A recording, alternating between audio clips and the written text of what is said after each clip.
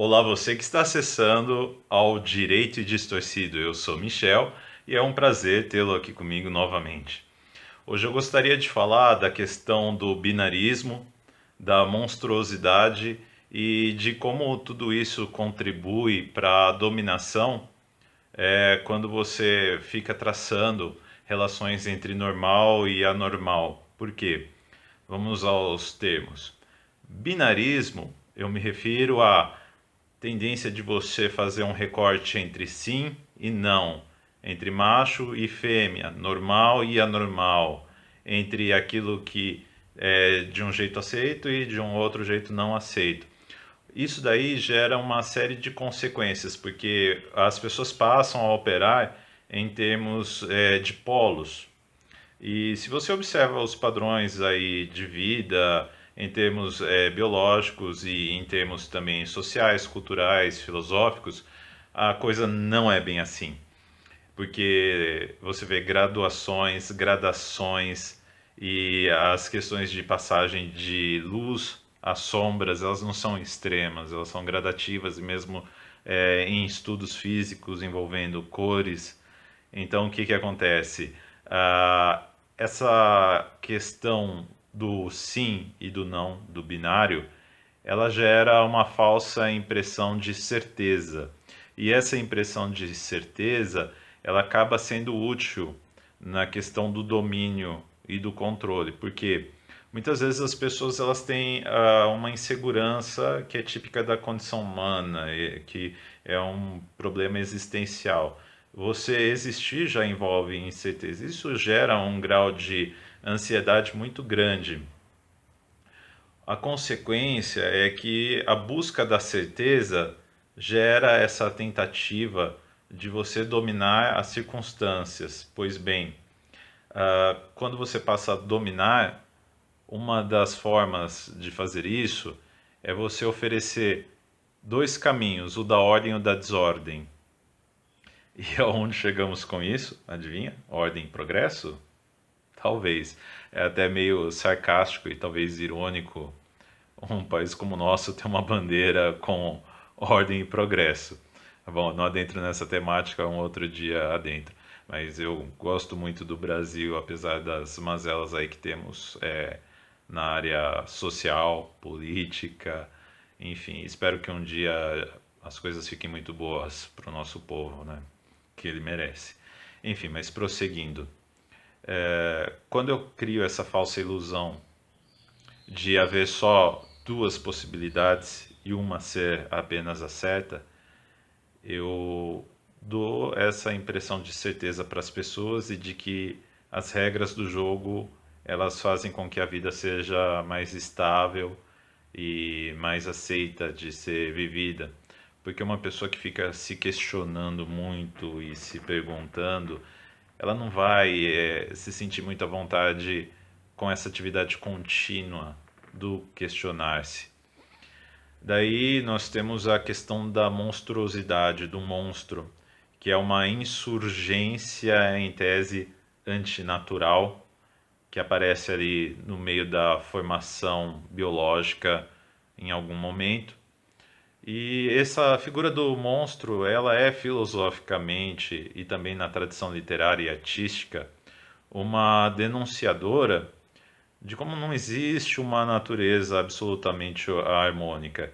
Existem momentos de harmonia na natureza que podem ser refletidos em relacionamentos humanos, também essa ideia de harmonia, nas sociedades ou também na arte, talvez, quando você estabelece certos padrões. Mas, na verdade, a harmonia é transitória. As combinações de elementos cósmicos, cosmológicos, elas são caóticas inicialmente. Então pode haver um momento em que elas harmonicamente dão a impressão de estabilidade, de harmonia. Ora, acontece que o que eu chamo hoje de monstro, que seria contra a produção do normativo, ele pode se reproduzir de tal forma que, num certo instante, ele se torna regular, ele se tornaria, entre aspas, o normativo. É interessante pensar que o monstro não é filosoficamente apenas a figura daquilo que é deformado, daquilo que é distorcido, daquilo que é antinatural. O monstro pode ser o genial também. Então, se você pensar, por exemplo, num Mozart, ele era monstruosamente genial. Quantas vezes surgem monstros da arte como esse? E até nós falamos muito dessa expressão. Ele é um monstro da arte, ele é um monstro da música, da literatura. É muito interessante nesse aspecto refletir sobre isso. Tem até um filme do Todd Browning de 1932, Os Monstros, que tem aquela brincadeira famosa em que a atriz ela está participando de um jantar e eles começam a cantar One of Us, One of Us, que também passa essa ideia de como dentro de uma massa, mesmo uma massa de monstros, há a ideia de sempre agregar mais. Aliás, aconselho a leitura do Massa e Poder do Elias Canetti, muito interessante nesse aspecto da massa, que a massa sempre quer crescer e ficar maior. Esse livro passa, inclusive, as ideias de o que atua na massa, como a massa funciona. Leitura interessante. Mas, enfim, voltando a essa questão do monstro, ele denuncia o quanto as coisas não são tão harmônicas assim e o quanto elas não são tão binárias como pensamos, como tem as gradações de uma faixa a outra que a mente, a psique tende a traçar.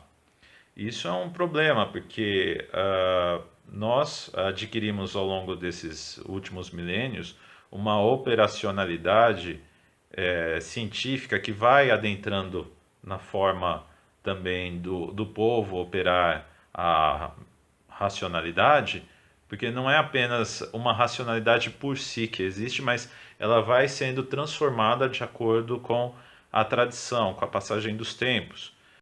Então, com essa figura do monstro, se consegue quebrar toda a construção que geralmente o dominador oferece de estabilidade, de olha, as coisas são assim, elas seguem uma ordem, elas estão sob o nosso controle, sobre as nossas bênçãos, confie em nós e faça aquilo que nós dizemos. Quando aparece essa figura da monstruosidade, ela quebra com a ideia da harmonia e você passa a ver que as coisas não são tal como o dominador defende. É isso aí, gente. Questione-se mais, não tenha medo das incertezas e das inseguranças. Realmente, questionar-se gera ansiedade, mas a condição humana envolve isso, a incerteza, a insegurança, e às vezes até torna mais divertida a vida, porque de certeza se cai na monotonia. Grande abraço a todos e até mais.